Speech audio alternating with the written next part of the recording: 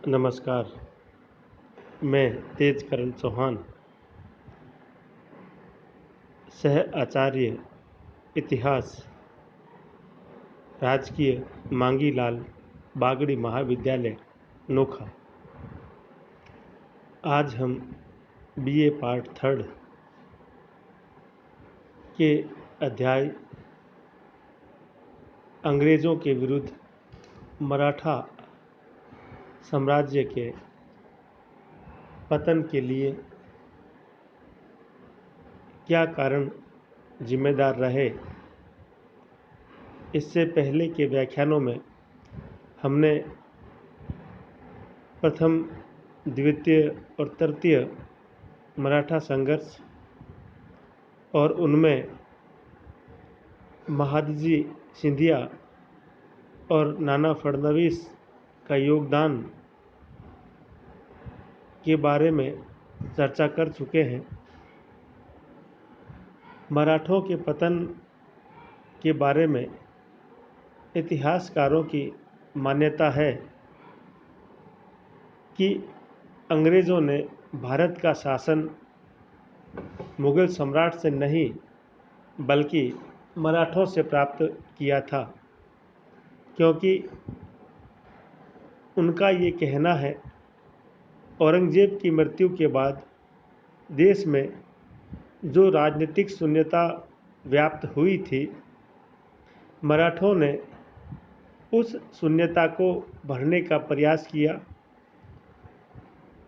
और अंग्रेज़ अपने अस्तित्व के लिए फ्रांसीसियों से लड़ रहे थे। उस समय मराठा एक निर्णायक शक्ति के रूप में उभर चुके थे, किंतु अंग्रेज़ों के प्रथम प्रहार ने ही मराठा शक्ति को लड़खड़ा दिया और उनकी दुर्बलताएं स्पष्ट हो गई। लॉर्ड वेलेस्ली और लॉर्ड हेस्टिंग्स के आक्रमणों ने मराठा संघ को छिन्न भिन्न कर दिया। अंततः मराठों ने अंग्रेज़ों की अधीनता स्वीकार कर ली।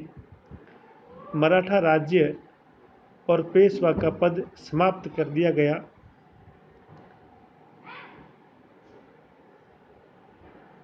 शक्तिशाली मराठा संघ के पतन के लिए जो कारण जिम्मेदार माने जाते हैं, उनमें पहला कारण था आंतरिक दुर्बलताएं।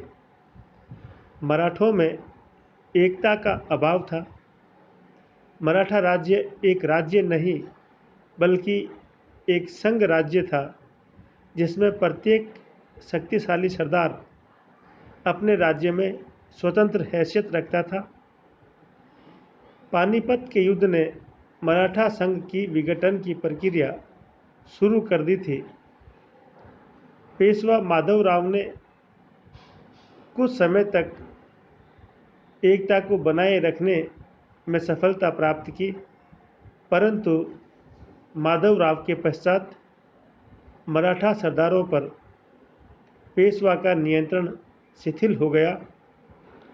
सिंधिया, होलकर, भोंसले और गायकवाड़ न केवल स्वतंत्र शासकों की भांति व्यवहार कर रहे थे, बल्कि उन सब में पारस्परिक संघर्ष भी अपने अपने स्वार्थों के कारण शुरू हो गए थे।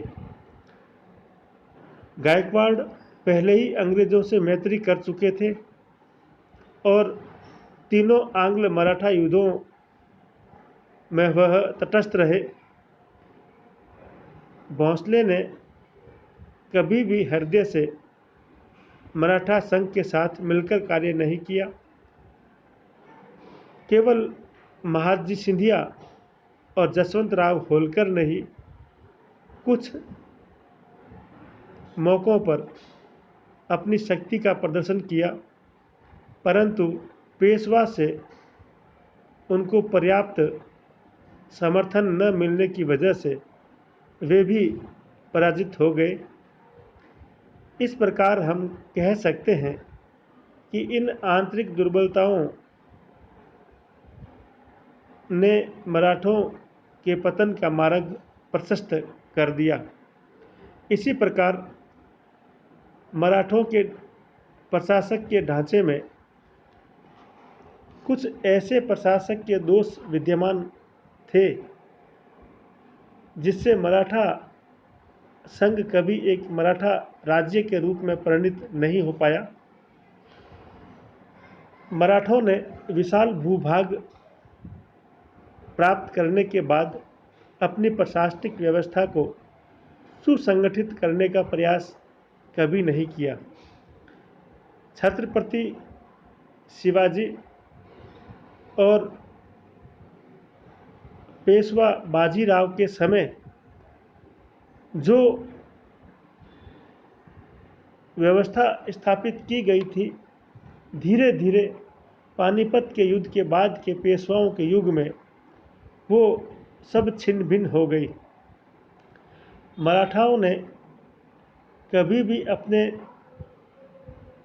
राज्य की प्रशासनिक व्यवस्था को संगठित करने, अपने नागरिकों की शिक्षा, रक्षा, विकास और नैतिक उन्नति के लिए स्थायी कार्य नहीं किया। मराठों का अब एकमात्र लक्ष्य मुगल सम्राट पर अपना प्रभुत्व स्थापित कर विभिन्न प्रांतों से चौथ और सरदेश मुखी प्राप्त करने तक सीमित हो गया था। मराठा सरदार अपने इस लक्ष्य से कभी ऊपर नहीं उठ पाए और अपनी सारी शक्ति को इसी में लगा दिया। राज्य के नागरिकों का नैतिक विकास न होने के कारण राज्य को ईमानदार कर्मचारी, अधिकारी और सैनिक नहीं मिल सके। प्रशासन में चाहूँ और भ्रष्टाचार फैल गया। सभी मराठा सरदार, मंत्री और अधिकारी अपने स्वार्थों से वशीभूत होकर केवल व्यक्तिगत लाभों तक सीमित रहे। मराठा जो अपने जातीय और नैतिक गुणों के कारण शिवाजी के काल में एक शक्ति के रूप में संगठित हुए थे, वे गुण और वे स्वभाव अब लगभग खो चुके थे। इसी प्रकार सामंत प्रथा और ऊंच नीच की भावना ने मराठा समाज में एक बड़ी दरार पैदा की और वे अपने वास्तविक आदर्शों से अब भटक चुके थे। लूटमार की प्रवृत्ति ने उन्हें व्यक्तिगत संपत्ति के अर्जन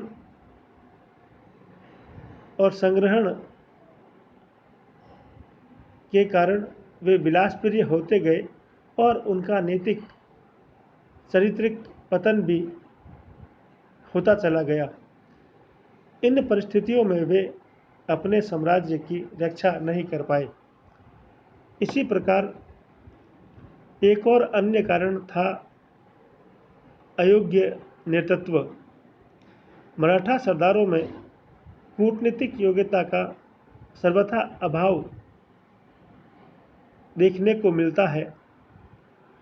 मुगल साम्राज्य के अस्तित्व को बनाए रखने के मराठों के प्रयत्न का परिणाम यह हुआ कि उन्हें व्यर्थ में ही अहमद शाह अब्दाली से लड़ना पड़ा और राजपूत, जाट और सिख जो लगातार मुगल सत्ता के क्षीण होने पर मुगलों से मुक्त होना चाहते थे, उनसे भी उन्हें शत्रुता मोल लेनी पड़ी। मराठा सरदार इस बात की तरफ ध्यान ही नहीं दे सके कि उन्हें राजपूतों, सिखों और जाटों के सहयोग की आवश्यकता पड़ सकती है। और जब अफगानों से पानीपत में संघर्ष हुआ तब वे अकेले पड़ गए। इसी प्रकार 18वीं शताब्दी के अंत तक लगभग सभी योग्य मराठा सरदारों की मृत्यु हो चुकी थी। महादजी सिंधिया 1794 में, अहिल्याबाई होलकर 1795 में, तुकोजी होलकर 1797 में और नाना फडणवीस की 1800 ईस्वी में मृत्यु हो गई। इसके पश्चात मराठों को दुर्बल पेशवा बाजीराव द्वितीय और स्वार्थी और अत्यंत महत्वाकांक्षी दौलतराव सिंधिया और जसवंत सिंह होलकर का नेतृत्व प्राप्त हुआ। इन दोनों ही व्यक्तियों में योग्यता और चारित्रिक कमी थी। दूसरी ओर अंग्रेज़ों को योग्य राजनीतिज्ञों का नेतृत्व प्राप्त हुआ।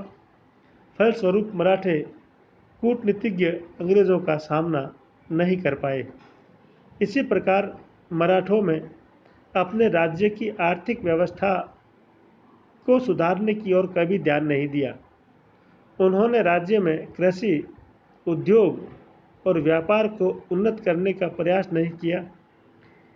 राज्य में उचित कर व्यवस्था के अभाव में राज्य को उचित और निश्चित आय प्राप्त नहीं हुई। इसके अतिरिक्त उत्तरी भारत के जिन प्रदेशों पर उन्होंने अधिकार किया, वहाँ के आर्थिक ढांचे में भी उन्होंने सुधार करने का प्रयास कभी भी नहीं किया। उन्होंने तो अपनी आय का मुख्य साधन चौथ और सरदेशमुखी के माध्यम से लूट मार को बना लिया, जिससे वे न अपनी प्रजा को संपन्न बना सके और न प्रजा का सम्मान प्राप्त कर सके।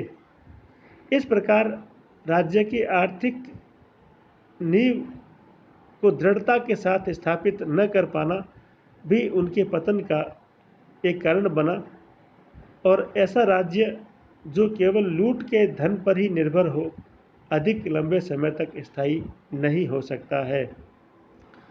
इसी के साथ मराठों की दुर्बल सैन्य व्यवस्था ने भी मराठों के पतन में अहम भूमिका निभाई। शुरुआत में मराठे गुरिल्ला युद्ध पद्धति और घुड़सवार सेना तक अपने को सीमित रखे हुए थे, और यदि वो उन्हीं प्रकार की पद्धति पर चलते तो अधिकांश विद्वानों का मानना है कि वो सफल हो सकते थे। महादजी सिंधिया केवल एक ऐसे व्यक्ति थे जिन्होंने पुरानी पद्धति को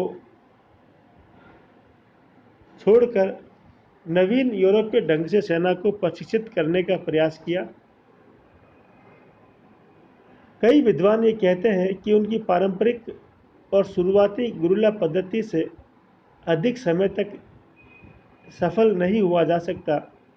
इस पद्धति से समस्त भारत में मराठा राज्य फैल जाता तो भी उसे सुरक्षित बनाए रखने के लिए उन्हें अलग प्रकार के सैन्य व्यवस्था की आवश्यकता होनी अवश्यंभावी थी।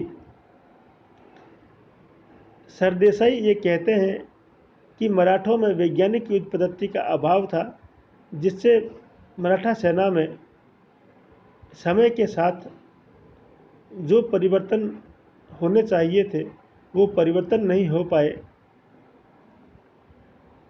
इसी प्रकार केलकर का ये मानना है, मराठे प्रशिक्षित सेना के अभाव, आधुनिक तोपखाना और बारूद के अभाव की वजह से अंग्रेज़ों के साथ होने वाले युद्धों में पराजित हुए। वस्तुतः हम यह मान सकते हैं कि मराठा सरदारों ने अपने सैनिक कौशल के विकास की ओर पर्याप्त ध्यान नहीं दिया, क्योंकि मराठा सेना की धाक भी अब ऐसी हो गई थी कि मराठा सेनाओं को देखते ही अन्य भारतीय राज्यों की सेनाएं हतोत्साहित हो जाती थी। इसके साथ युद्ध में सफलता के लिए नेतृत्व और सैनिकों का मनोबल भी आवश्यक होता है। 1707 तक मराठों के पास आधुनिक हथियार नहीं थे, फिर भी वे अपने मनोबल से मुगलों से संघर्ष करते रहे। धीरे धीरे वे लूटमार पर आश्रित हो गए।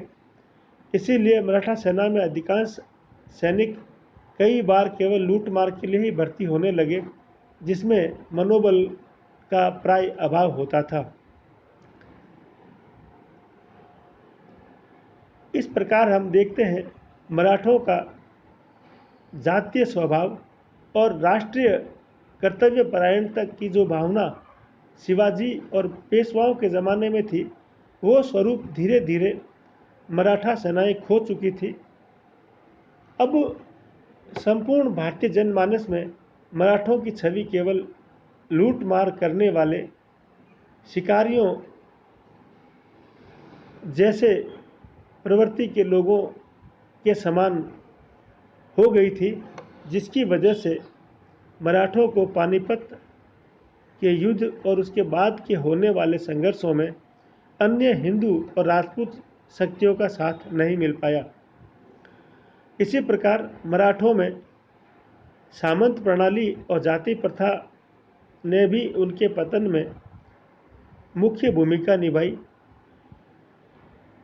मराठा राज्य के विस्तार के साथ सामंत प्रणाली का प्रसार हुआ कि पहले केवल छत्रपति अर्थात मराठा राजा ही सामंतों की नियुक्ति करता था, किंतु आगे चलकर पेशवा भी अपने सामंत नियुक्त करने लगे।